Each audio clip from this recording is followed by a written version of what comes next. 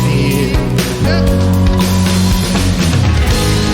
Even in the valley, I'm not alone, not for a moment. Even in the dark, you call me home. In every moment, you are good, and I believe you are with me. You are faithful, I can see. You are with me now. You have renewed my strength. Again and again, and you are good, and I believe you are with me. Oh, Lord, you are with me, Jesus. Oh, yes, you are with me. You are good, and I believe you are with me. You are good, and I believe that you are with me. Yeah.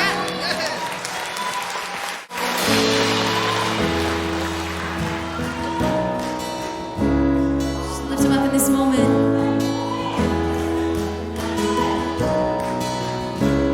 I count on one thing. The same God that never fails will not fail me now. You won't fail me now in the waiting. The same God who's never late is working all things out. You're working all things out.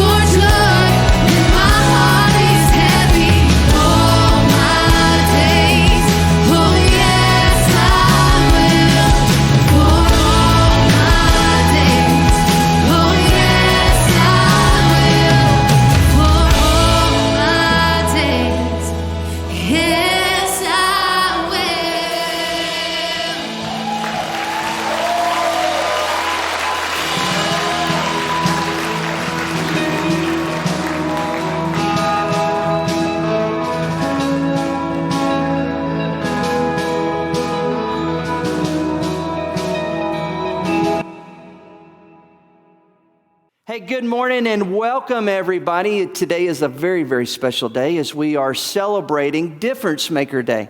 If you've been with us for the past month, you know that we have been talking about joining God to make a difference not only in our world, also in our community. And then last week, Pastor Allen talked about making a difference right here in our church. And so today, while this is typically the time that we would engage in our time of generosity, we're going to do things just a little bit different. And I wanted to explain that for you before we go any further. Hopefully, when you were able to come in this morning, you received 2 envelopes. There is your normal giving envelope, and this is the way that we are able to engage in generosity, recognizing that God has been generous to us, and so we have the opportunity to return thanks. And then there is also a separate envelope that's entitled Difference Makers. Kind of got that gold heart there on the front. So I wanted to explain to you what we're going to be doing. Pastor Allen will share with you the specific moment that we're going to engage in this time of generosity, but these are 2 different givings. And one in which we are just giving the same way that we always do in our expression and our thanks for what God has done for us.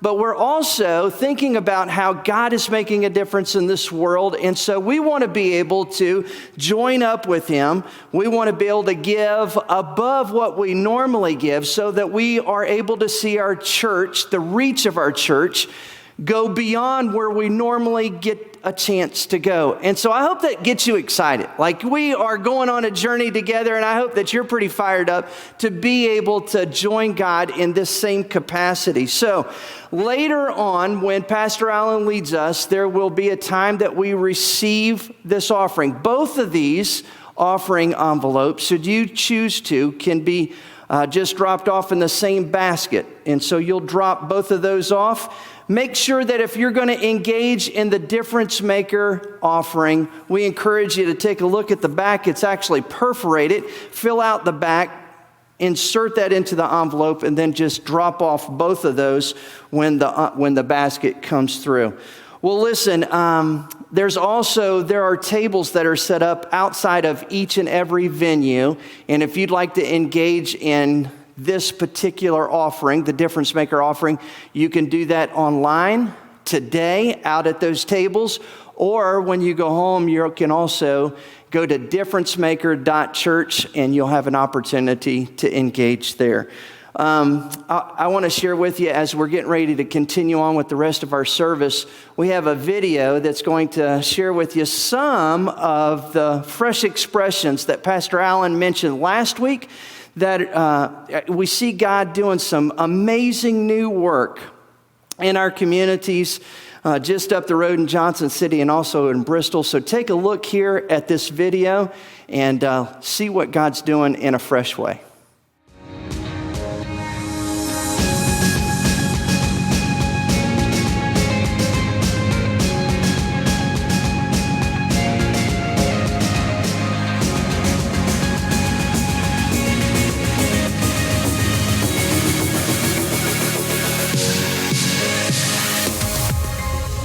When I started thinking about what is kind of a different space that allows us to meet with people exactly where they are, I had a real heart to try to go into, the marketplace, so to speak. And I wanted to be able to go into Bristol. When I walked into Bristol, some of the things that really captured my attention were all the different connections to music. I knew that there was Rhythm and Roots. It's the largest festival in the area. But it doesn't take long as you're coming down through here that you see the Crooked Road signs. It's a music sign. It's all about our musical heritage. So I'm looking at all that and it begins to become very apparent. Hey, this is a music town. I think it's a specific kind of music. There's a folk music, an Americana style that I think is not just a passing fad here in Southwest Virginia, Northeast Tennessee. It's a part of our heritage. And woven into that, at the very conception of it, I think is our faith. Our auditorium right here at the birthplace of country music seats 100 people. And, like I said, on the first Sunday, we ended up having to double up. Since then, we've had times where it's been standing room only. And that always blows me away when I'm looking and just thinking, where are those people coming from? Who exactly is it? And yet I think it's some folks who have always been looking for, where can I invite a person who has constantly told me no to Sunday morning? Some of those folks are still trying to figure out their faith journey altogether. And they were unwilling to be a part of a Sunday morning crowd, but came and experienced Simple Rhythms and walked away and said, I loved what we did tonight. If you'll invite me back, I'll go back again. I just would say thank you. I recognize that wherever it is that God leads, He also provides. And we could not do what we are doing from week to week in outreach right here in our community without the generosity of our people. So our leadership team at Highlands, we were praying, and the thing that we were praying around was this vision that God had given us, this sense of joining God to make a difference in the lives of 33,333.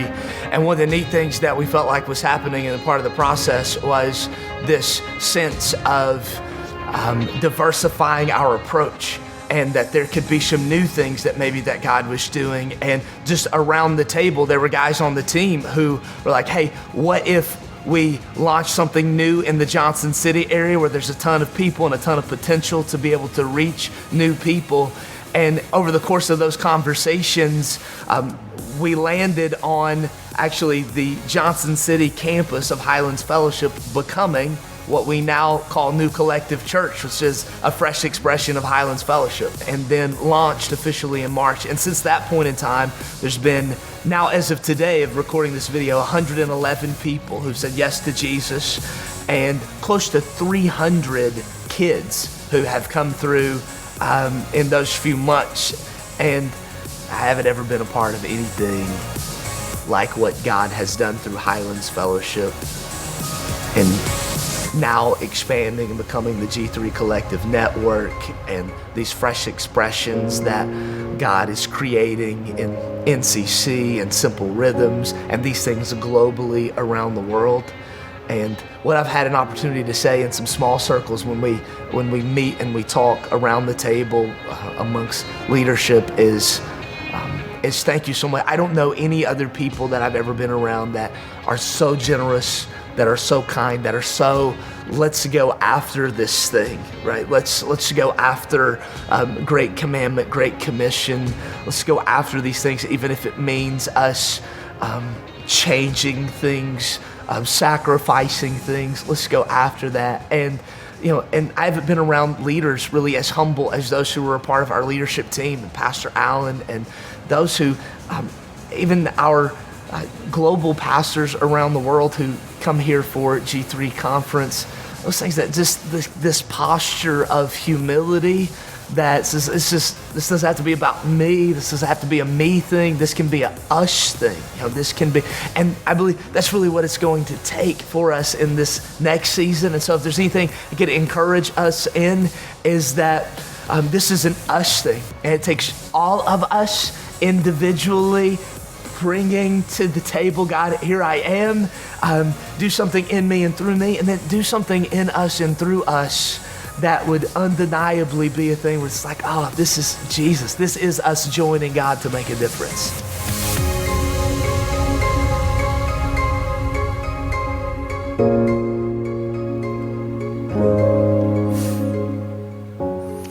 Well, good morning, everybody. Man, it's great to see you. I want to tell you, I'm excited to be here today, and I'm excited that you're here to already hear what God's doing through this video that we've seen. We'll see some more today, and just see what God's doing through our church.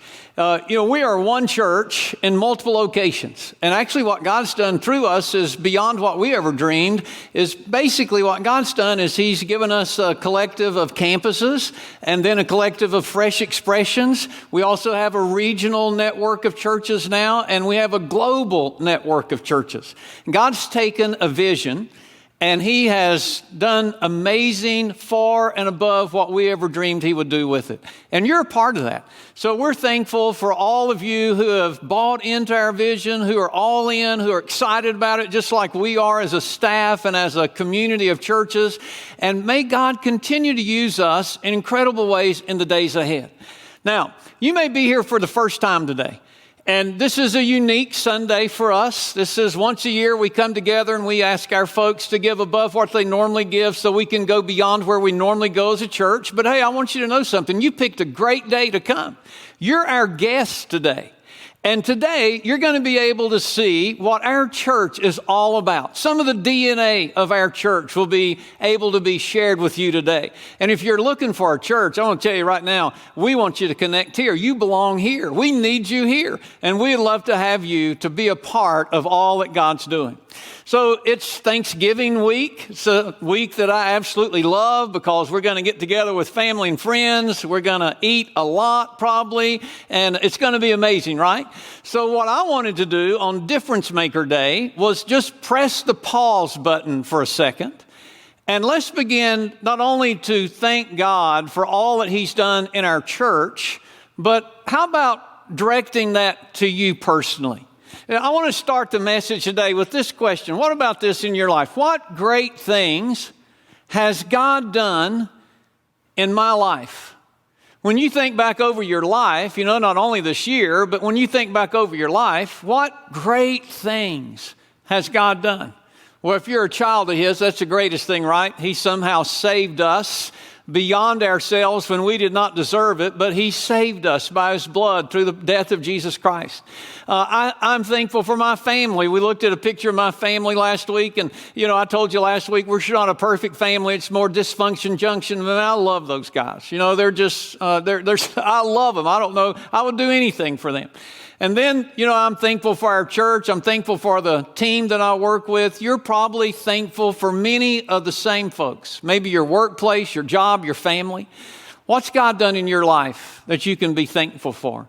I've been asking that question around our malls and when I visit some of our other locations. And almost everybody I ask that question to, no matter what location I'm at, they instantly have things that God's done in their life that they're thankful for. And I hope all of us can resonate with a question like that. Matter of fact, some of you might want to write that down on your page of notes when you came in, just to realize how thankful that we are. So as we approach Thanksgiving, we all have things to be thankful for. Today, I want to look at the Apostle Paul. I love this guy. He had this amazing experience of salvation on the way to Damascus to persecute the church of Jesus Christ. And God gets a hold of him and blinds him. Basically, Paul is stricken down and, he is raised up a different person, right? And Paul was never the same. And we read a lot of the New Testament, these stories and these books that Paul wrote to churches that he had a hand in planting and he had a hand in helping to grow. And we see those, and many times he wrote those from a prison cell, but I love to read about Paul's writings and see all these churches he planted. Well, one church stands out in Paul's life more than any other of these churches. And it's a church that he says he loves. It's a church at Philippi. And I want to talk to you about the church at Philippi today because the Christians at Philippi were special Christians to Paul. They were great encouragers to him. And as he begins to write the letter to the Philippian church, I want you to see how he starts out. Philippians chapter 1, verse 3, notice what Paul says. He says, every time I think of you, I give thanks to my God. So this was a church, if you think about it, he was involved in several churches, but every time he thought of the believers at the Philippian church, he said, man, I just thank God for those guys. So I believe they probably had the gift of encouragement. We know several things that we'll look at today in the message that they did for Paul, but he loved this church. And as I begin studying for the message today, we've been through this Difference Maker series, and we bring it to an end today. And I looked at how Paul loved the church at Philippi, how he loved to serve that church. It struck a nerve with me about how much I love you guys at all of our locations. Now, today I don't want to supposedly brag on all that we've done. But I do want to highlight how you serve God, and I want God to be the hero here, all right? It's not about Highlands Fellowship or any of our fresh expressions. We serve because we love God. So I don't want to make it out to be something about us, but I want to make it out to be something about God. And I think that's exactly what Paul does here for the church at Philippi. He goes over 3 things about this particular church, and I thought about the same 3 things today I want to give you when I think about our church here. So, you might want to jot these down, but I just thank you, the people of our church, all of our Fresh Expressions, our global partners, our regional partners, and all of our locations. This is what I thank you for. Number one, I thank God for your selfless service. I thank God for your selfless service. One of the things I appreciate the most is when I come to one of our locations on Sunday morning, I see countless people serving, and here's the deal.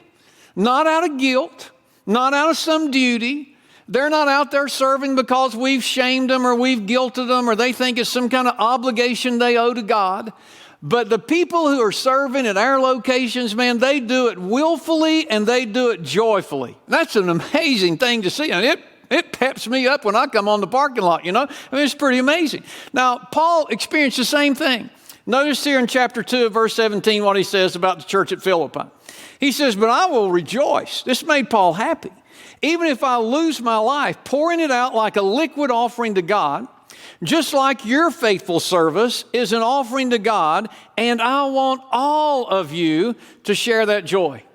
I just want to tell you how joyful it is to see people serving our locations and other people here at our church. It's pretty incredible to see. I know it brings me joy. I know it brings our staff joy.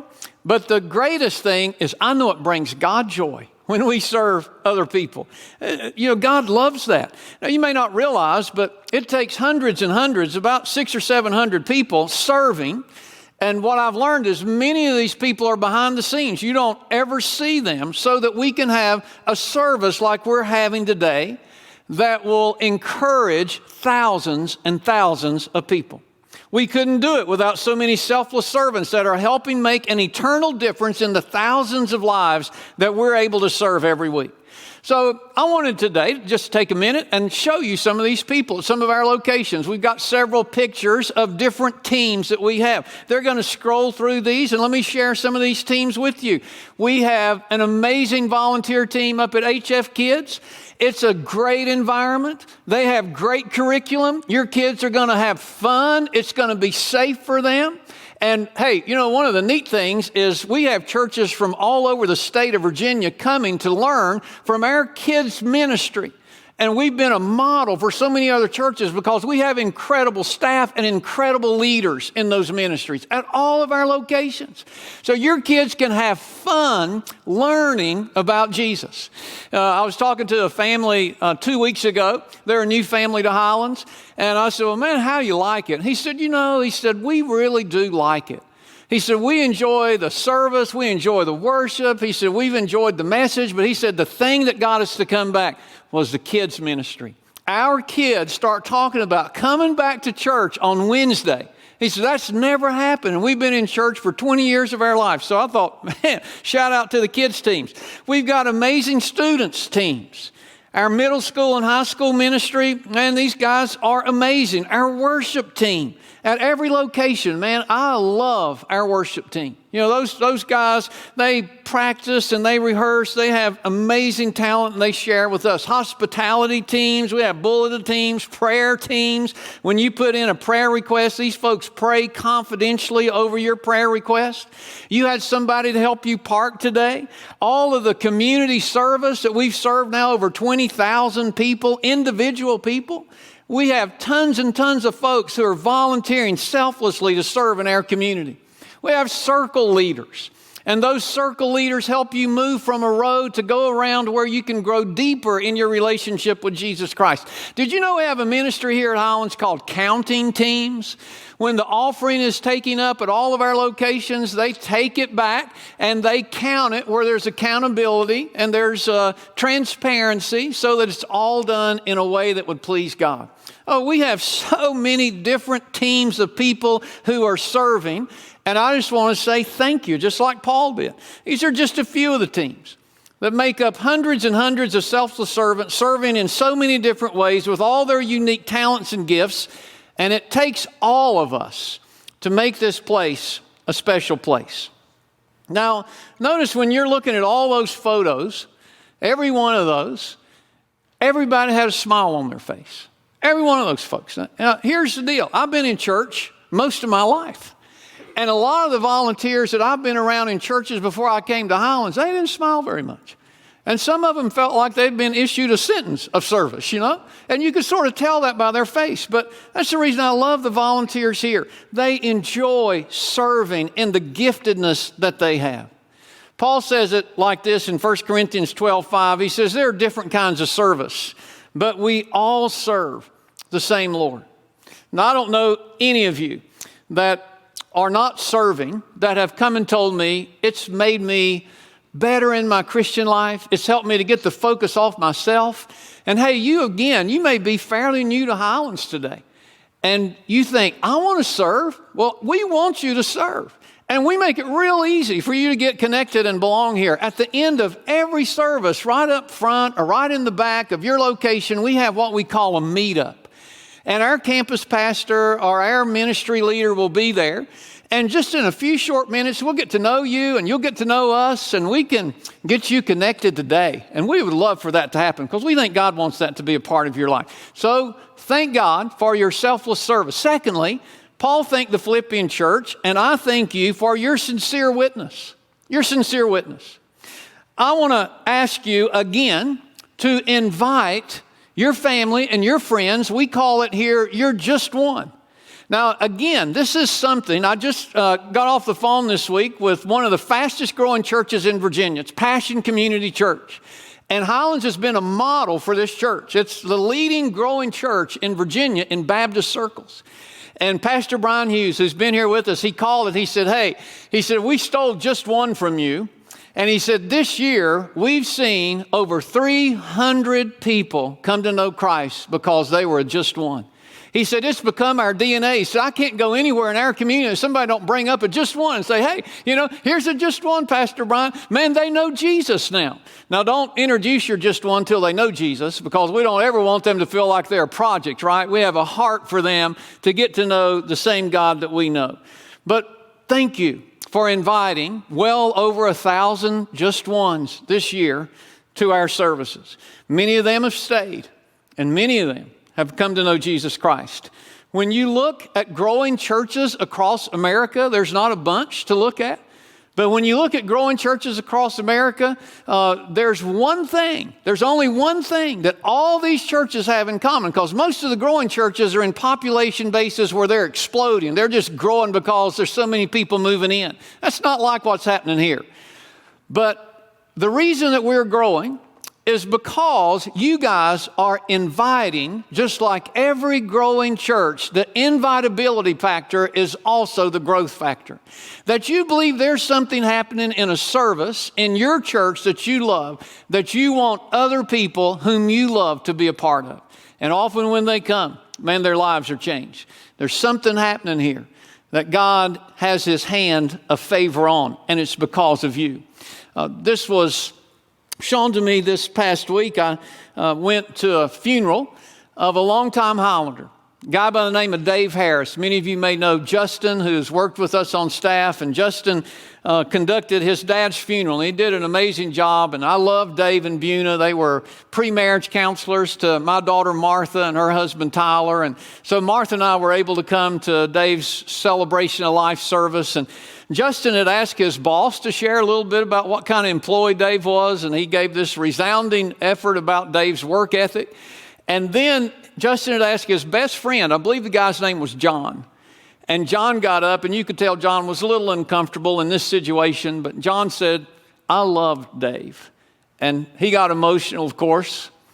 He said, there's so many reasons I love Dave. And he said, as I got to know him and I realized I could be honest and I could be transparent, he said, I didn't know Dave very long, maybe just a few days. And Dave said, John, I want to tell you about my church, Highlands Fellowship.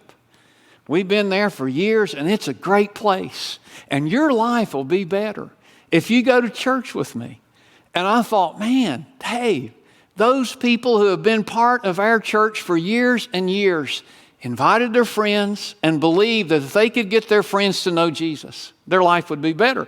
And that's been the story of our church. Every Sunday, we have people who come to Highlands or one of our Fresh Expressions for the very first time because they were invited by you. And every Sunday, we have people decide to follow Jesus because you invited them. We have people in our church who love God enough and who love people enough to go out and sometimes have a tough conversation, but invite or bring others to church so hopefully they can experience the same kind of life change that they've experienced in their own way. And this is how most of us come to faith, right? That happened to me.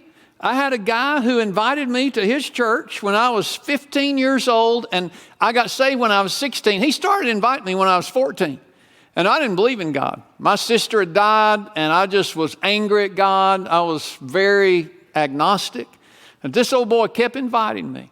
And I was saying, I don't have time for that stuff. Why are you wasting your time? Why are you wasting your time, Mike? I don't understand. Why do you keep inviting? I've told you no 1,000 times. I'm not going. But you know what? He'd keep inviting. And then one time he invited me to camp. And I went to camp. And I'd heard the gospel before. But boy, I'd never heard it like that. And God pierced my heart. And I received Jesus Christ because of a persistent invitation. We're still great friends today. He's pastoring a church down in Dallas, Texas, doing an amazing job. But he and I get together from time to time. And I thank him every time. He didn't give up on me. I'm thankful that he continued to invite. So like Paul, I want to say thank you for inviting your friends. Notice here in Philippians chapter 1, look at verse 4 and 5. Paul says, whenever I pray, I make my requests for all of you with joy.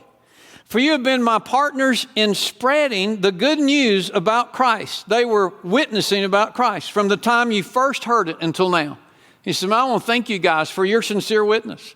Now, some of you who are bought into our church, you're results oriented. It's just how God's wired you. And you ask me all the time, tell me numbers. I want to see the numbers. And some of you could care less about numbers, but I do have a few numbers here for those of you that really want to see results that I think will encourage you.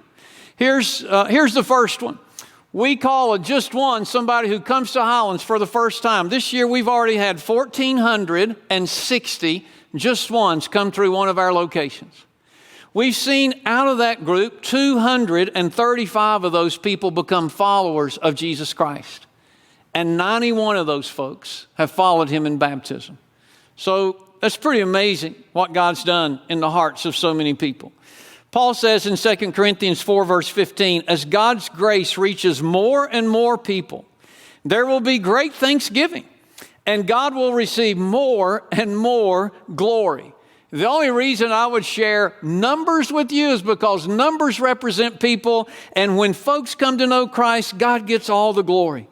Next week we start our Christmas series. Can you believe it's already here? Christmas in our culture today now exceeds Easter for people who are outside the faith to come to a service. So I want to encourage you, every service during December, we'll talk about God's peace and his love and his joy and hope. And if you can bring some friends and neighbors, man, who knows what God might do. Well, finally, there's a third thing that I want to thank you for. Paul thanked the Philippian church for this. I thank God for your sacrificial generosity. As we've already told you many times, today is Difference Maker Sunday, where many of you will share with our church today a financial gift so that we can fulfill this vision that God's asked us to join him to accomplish. We've asked you to pray. Many of you have prayed. We've asked you to seek the face of God about giving above what you normally give so we can go beyond where we normally go as a church. Now, God is using our church to reach more and more people. And although I've been in several churches before, I've never been in a church quite like this. We're serving thousands in our communities. I've already shared with you, we're reaching our just ones. We're building a regional network of churches from Blacksburg to Jonesboro. And we're developing a collective of global churches where we can establish base camps where we will be able to train thousands of church leaders in these base camps to fulfill the Great Commission. We just had a G3 conference, and we have 5 global partners, and we were able to sit down with 3 of those global partners, Deo in Tanzania, Pastor George's in the Ivory Coast, and Pastor Tony in South Africa, who we've worked with now for years and years and years. And We did a little interview, James did, with them to just help you understand what you are doing by helping them fulfill what God's laid on their heart. I want you to see this video and then we'll wrap it up. I'm here with some of our G3 pastors. We're so excited about all God has done this past week during our G3 Collective Global Conference. We had over 30 people here this week. It was a great opportunity to gather people from all across the world. And, God's doing something truly incredible through the mission and vision of Highlands Fellowship. And one of those areas is to train global pastors. We've said we want to train 300 pastors by 2023. And so we brought a group here with us. And I've got a few of the guys here with us today. And I wanted to give them just a minute to share who they are, what part of the world they're from, and the difference that God is making. So, Pastor Tony, we'll start with you. My name is Pastor Tony Mamarehani. I'm from Johannesburg in South Africa. I was first invited to attend the G3 in the year 2005. We model our church exactly the way Highlands Fellowship is doing things. We've been able to lead and teach so many people regarding the purpose-driven church. We've seen how you people have died to self and doing things that are pleasing to God. Deo, why don't you share a little bit about your kind of experience with Highlands and how that started? We are not just hearing, but we are also seeing what actually in practice, what we have already heard. So I encourage the partnership to continue. And as long as we are partnering with the one who is the king of the kingdom, this is going to be with a great impact wherever we take it. That's great. Pastor George, why don't you share some about what God's doing in your area and life? Yeah, when here, I saw this huge vision, 33,333. And I said to myself, it is possible also in our context. And with my pastors, we also developed this vision that we call Vision 2024. It is to share Christ with 30,000 souls in the Ivory Coast, in the city of Abidjan, on a one-on-one basis.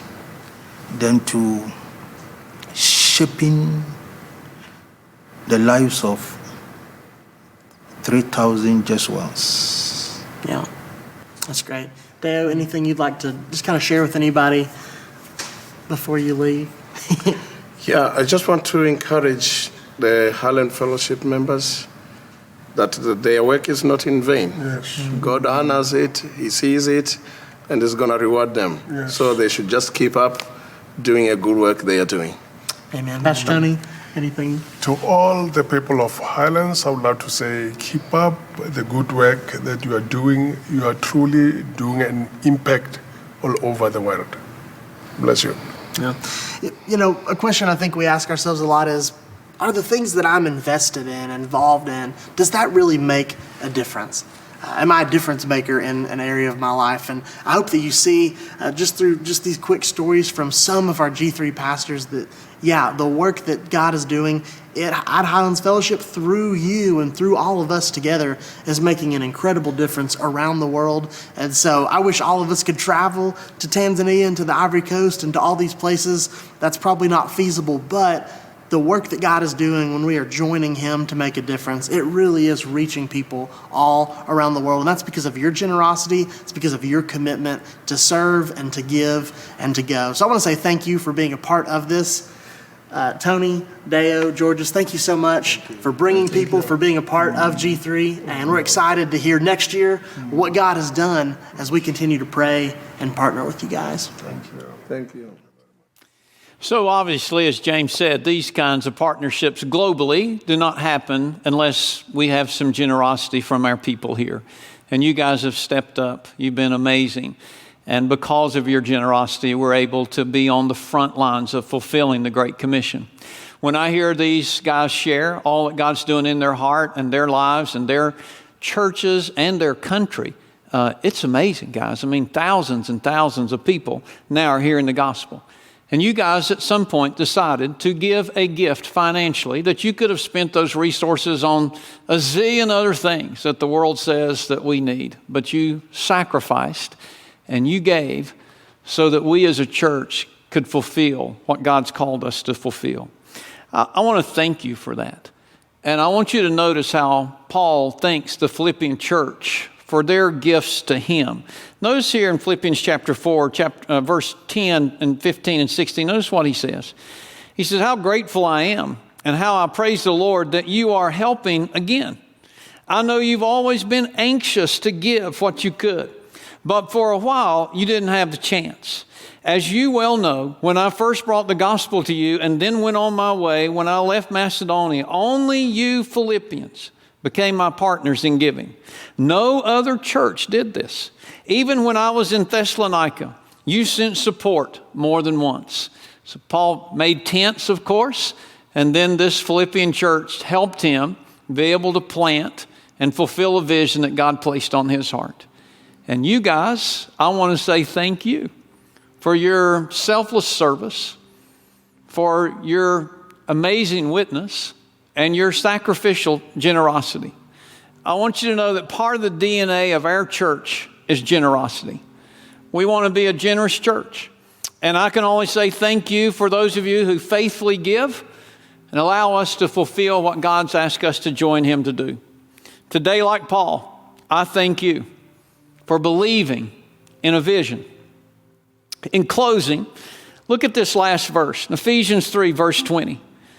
Paul says this to the Ephesians. He says, now all glory to God who is able through his mighty power at work within us. So God's going to do his part. We have a part to accomplish infinitely more than we might ask or think.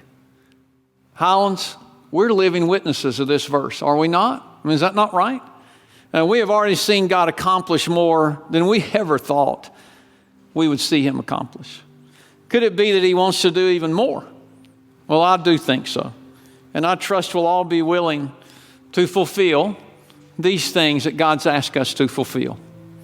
So today, we've asked you to pray and prepare yourself to be a part of our Difference Maker Day.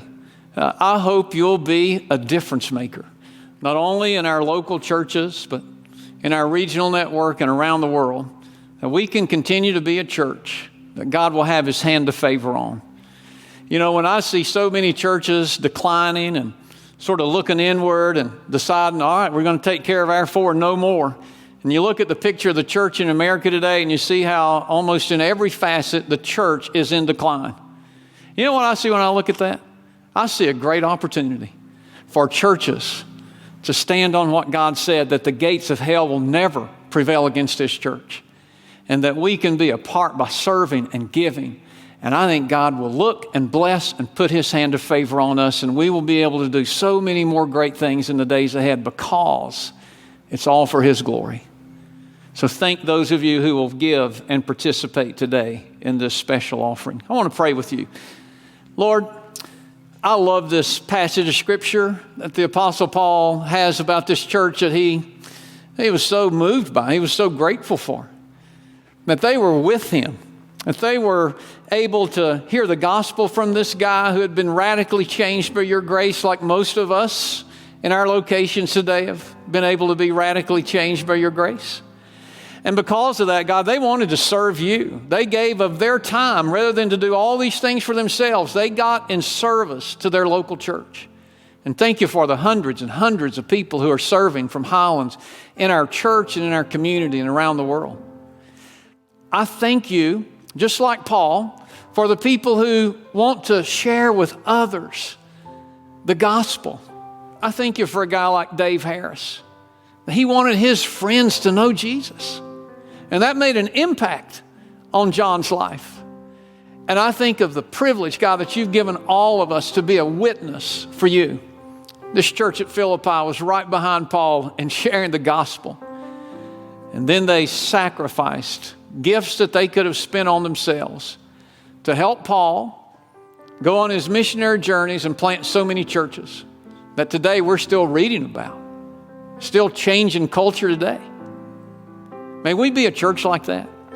May we be willing to sacrifice some of the abundance of resources you've given us so that we could be a church on the front lines of fulfilling the Great Commission, that we're going to go into our communities, we're going to go into our region, we're going to go into the world, and we're going to make disciples for Jesus Christ, because we truly believe that when we experience life with Jesus, life is so much better. So God bless those who are able to give today in a special way. Help them to know that they're giving to the kingdom's work. And today we don't take credit for it. We give it all to you. We ask these things in Jesus' name. Amen. So at this time, our ushers are going to come forward today. And those of you who are prepared to give, I want to say thank you again. God bless you, and may the Lord bless you.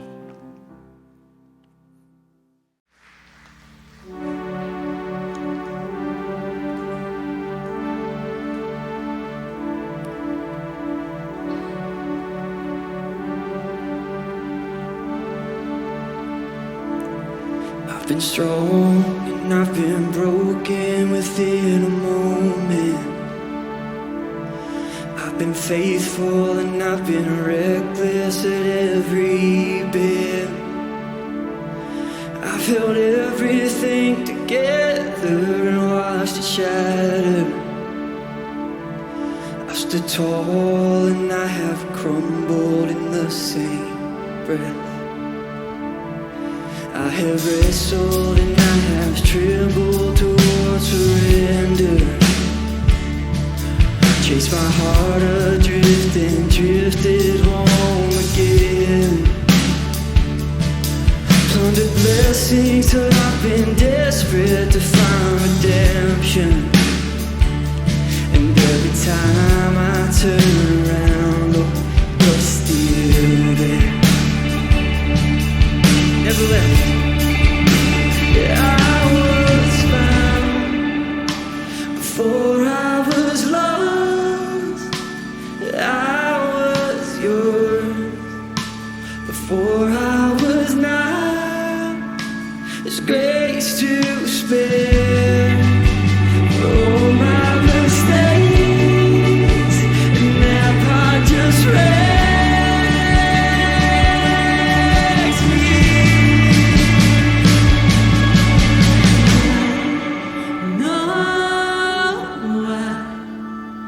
Don't deserve this kind of love, but somehow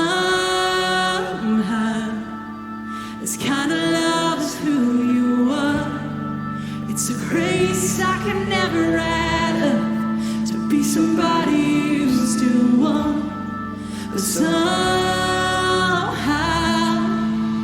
you love me as you find.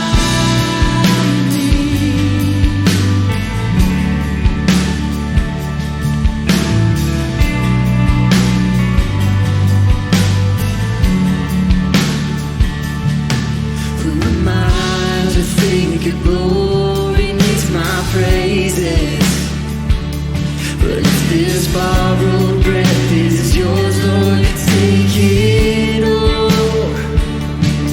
You are faithful and you are gracious, and I'm just grateful to think you don't need a single thing, but still you want my heart. Come on, you want it all. Sing it out. Before I was lost, I was yours. Before I was not, you wear the scars for all my mistakes, and that part just rests